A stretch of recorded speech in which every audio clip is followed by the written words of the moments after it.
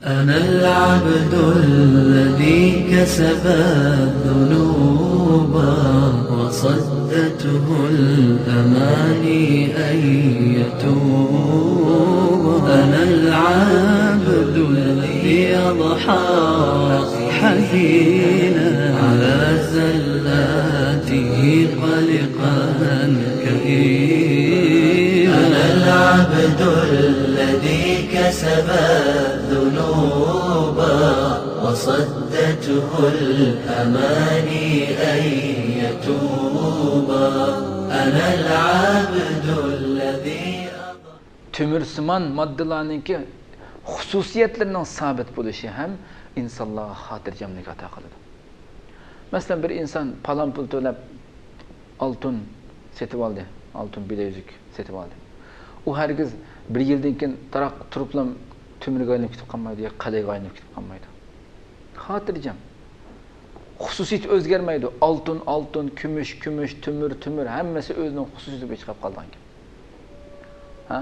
Bu sifat ma'danlardagi sifatlarning sabit bo'lishi ham insonga xotirjamlik ato qiladi, qadrli qarindoshlar. Endi biz mushu ne'matning ichida yashab turibmiz.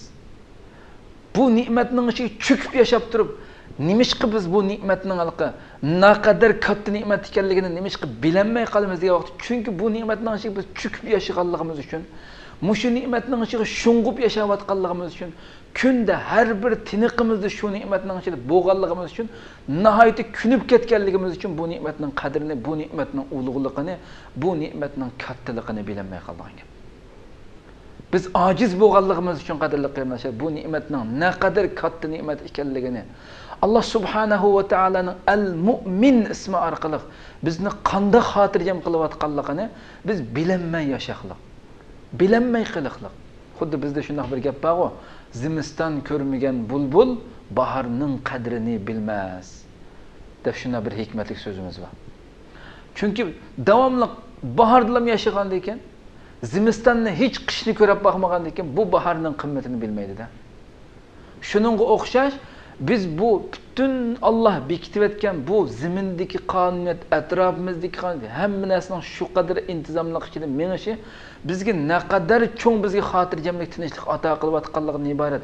Bu katta ne'matning ichiga kunib ketganligimizdan, shung'ib cho'kib ketganligimiz uchun bu ne'matdan, shu ne'matdan ayrilmoqcha u ne'matning qadrini bilmay qolamiz ko'pincha holda. Ha?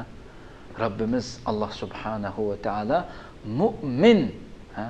Ana shu mu'min ismi, mu'min sifatining taqozosi bo'yicha bizga ana shunday xotirjamlikni to'xtamay ato qilmoqda, qadrli qarindoshlar. كسب الذنوب وصدته الأماني أن يتوب. أنا